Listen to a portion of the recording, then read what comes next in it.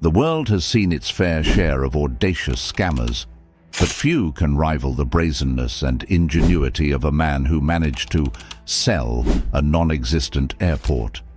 This scam, both outrageous and intricately planned, is a prime example of how far some con artists will go to exploit greed, trust, and ignorance. Here's a detailed account of one of history's most mind-boggling scams. Who was the scammer? At the center of one of history's most audacious frauds was Emmanuel Nwood, a former Nigerian banker whose transformation from a legitimate financial expert to a master con artist is as shocking as the scam itself. Born into a modest family, Nwood's sharp intellect and determination propelled him to a successful banking career where he gained extensive knowledge of international finance, contracts, and the inner workings of corporate operations. However, his ambition and greed soon steered him down a darker path. Leveraging his expertise and connections, Nwood transitioned from a respected banker to a calculating criminal, orchestrating scams that blurred the line between genius and infamy. His most notorious scheme, the sale of a non-existent airport, cemented his reputation as one of the world's most brazen scammers. The grand scam, selling a non-existent airport. In the 1990s, Emmanuel Nwood conceived and executed one of the most elaborate scams in modern history. His target, Banco Noroeste, a prominent Brazilian bank. His goal was to convince the bank to invest a staggering $242 million in a fabricated deal to construct an international airport in Abuja, Nigeria. The setup, a web of deception. Nwood's plan hinged on creating an intricate illusion of legitimacy. With the help of accomplices, he forged documents, contracts, and government approvals, constructing a sophisticated facade around the non-existent airport. To bolster the scheme further, impersonation of a central bank official, Nwood assumed the identity of Paul Ogwuma, then governor of the Central Bank of Nigeria, lending his scam an air of credibility. Elaborate fabrications, detailed architectural blueprints, legal contracts, and official correspondence were crafted to make the fictional airport project appear authentic. The perfect pitch. Nwood preyed on Banco Noroeste executives' greed, presenting the venture as a once-in-a-lifetime opportunity with astronomical potential returns. The execution, manipulating trust and greed. Executing the scam required a deft mix of charm, manipulation, and strategic deceit. High-pressure tactics. Nwood and his team skillfully persuaded bank officials to act quickly, suggesting that the project's exclusivity required immediate commitment. Complex financial transfers.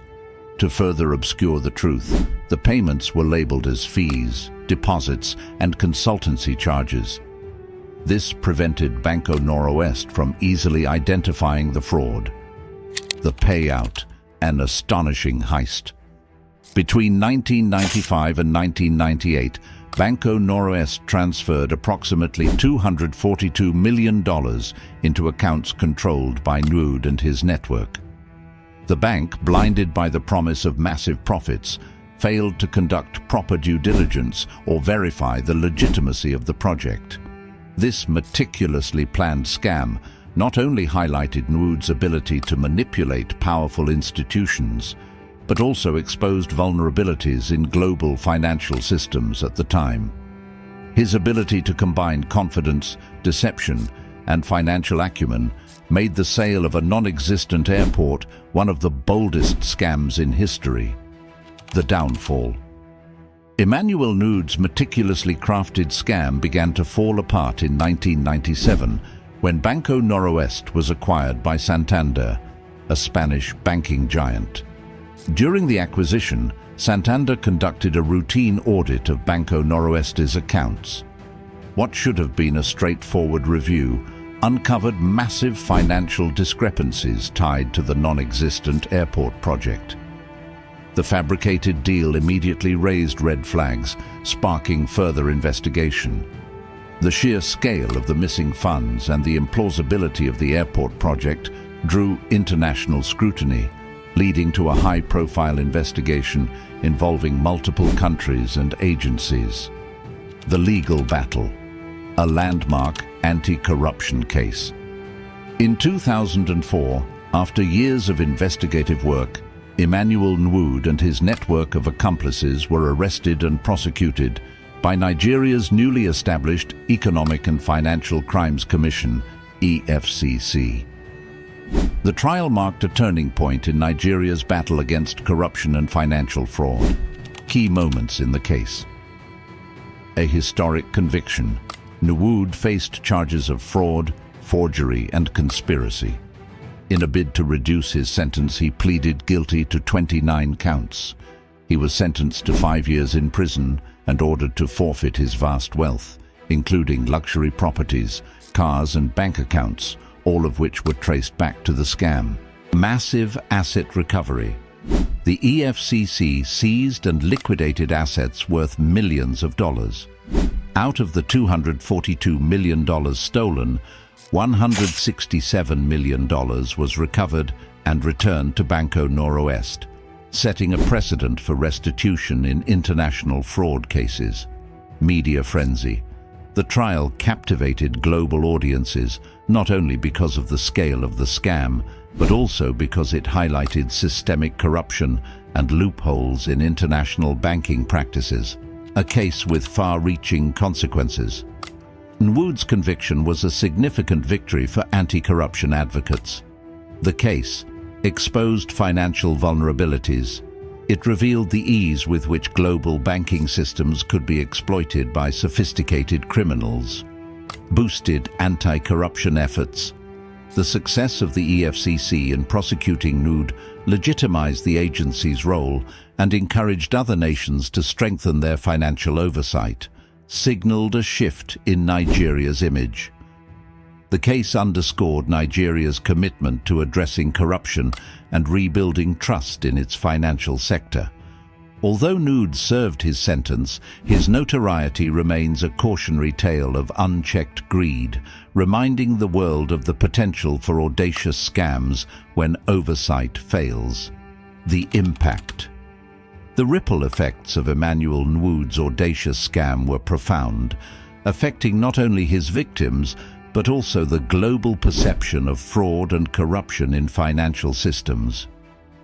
Collapse of Banco Noroeste. The staggering $242 million loss proved fatal for Banco Noroeste. Unable to recover from the financial blow and the scandal's tarnish on its reputation, the bank was forced to close its doors. Its liquidation remains one of the most significant banking failures in Brazil's history. Global awareness of Nigerian scams. Nwood's case cast a harsh spotlight on Nigeria, already grappling with an international reputation for financial fraud during the 1990s. The scale and audacity of his scam reinforced global concerns about corruption in the country, intensifying scrutiny of Nigerian business dealings and financial operations. Strengthened anti-corruption measures. The high-profile nature of the case spurred Nigeria to strengthen its anti-corruption framework. The Economic and Financial Crimes Commission, EFCC, gained credibility and momentum, demonstrating that even high-profile criminals could face justice. The case served as a wake-up call for financial institutions worldwide to tighten their due diligence and anti-fraud protocols. Life after the scam. After serving his 5-year prison sentence, Emmanuel Nwood re-entered society, but struggled to escape the shadow of his notorious past. Attempting to reclaim some of his confiscated assets, he faced numerous legal battles, drawing further attention to his history.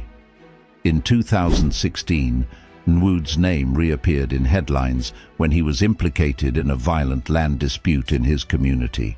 The conflict resulted in multiple deaths and injuries, further tarnishing his already notorious legacy.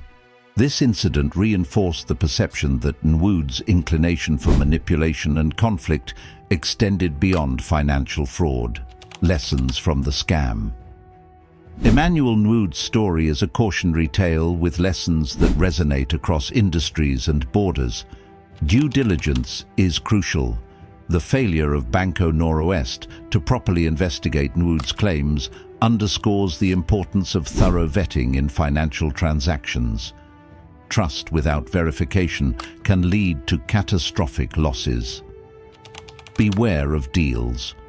Too good to be true, unrealistic promises of high returns often mask fraudulent schemes.